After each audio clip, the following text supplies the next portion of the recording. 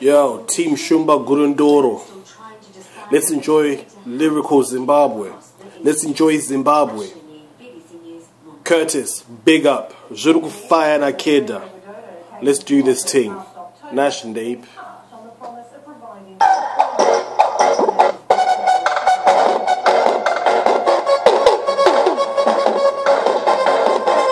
Ndini that guy. Ndadzoka futi, ndokoka futi yemarime ndorova upi. Ndino flow aserukova ndinonyudza mbiti. Staira yacho ikombi, ndini windi. Nash daddy ndine mpiri neskiri iri. Vanokwenye nasi ini ndiri miri piri. Lyrically inini ndiri mashiri piti.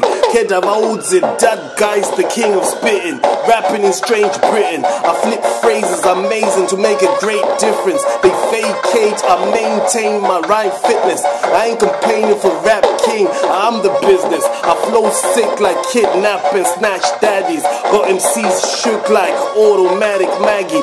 Ndini mbada, that guy ndi shumba. Ndi huma, kandangaracho ndini ndinotunga. Zviru kufaya, kuchachaiwa. Kuri kuchairwa nema rhyme ndinozudza. Zviru kufaya na that guy kumakungwa. Ari kufaisa kunge kama sutra. Sando mamupa, malike tatuta. Ganja taputa, marime topukuta. Kusvika maguta, muchabvuma. That guy Shumba, boom. Big up to Fire da Keda, big up, let's enjoy everyone. Let's enjoy Zimbabwe united. Guys, Fire Mazimba.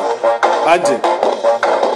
At Sawadzrane, let's just, let's just be united. Allow the bad mind. Siena inazo.